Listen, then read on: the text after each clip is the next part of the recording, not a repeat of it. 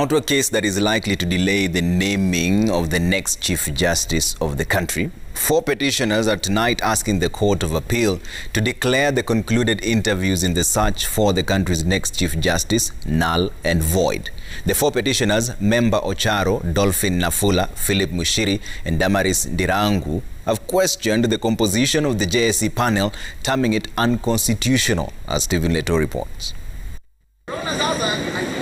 A legal battle ensued at the appellate court as 4 petitioners staged a spirited fight, seeking to have the search for the next Chief Justice started afresh. The 4 petitioners submitting that Professor Olive Mugenda, who is the presiding chair in the interviewing panel, has no constitutional mandate to chair the Judicial Service Commission interviews. According to the consolidated petition, the Chief Justice is the chair of the JSC. They question why Deputy Chief Justice Philomena Mwilo is not chairing the interviews, given that she is the substantive acting Chief Justice. The petition asking the Court of Appeal to declare the already concluded interviews for the position of Chief Justice null and void, since the chair is illegally sitting in that position. We didn't know who is going to chair the panel. This is information that came on the 12th and reinforced by the media. And therefore, the petitioners rushed to court to remedy the situation.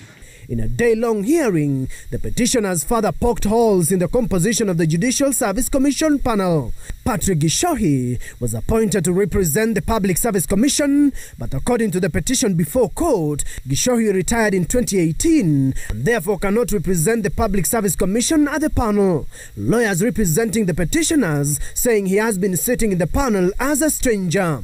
And once that candidate is appointed,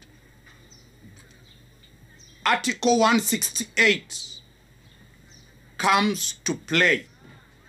The courts cannot remove that Chief Justice. The petitioners also questioned why Attorney General Professor Paul Kigara Kariuki, who also sits in the JSC panel, sought to be enjoined in the case as an interested party, yet he is part of the Judicial Service Commission. My Lord, to the extent that the controversy is between the substantive parties, the petitioners and the Judicial Service Commission and Professor Olive Mugenda, my Lord, we find it improper for the Attorney General to have come to this honorable court and to have made the application that is before court right now, my Lord. The 3-judge bench led by Lady Justice Roslyn Nambuye will make a ruling Tuesday morning. If orders are vacated, the names of a successful candidate will be forwarded to President Uhuru Kenyatta for appointment.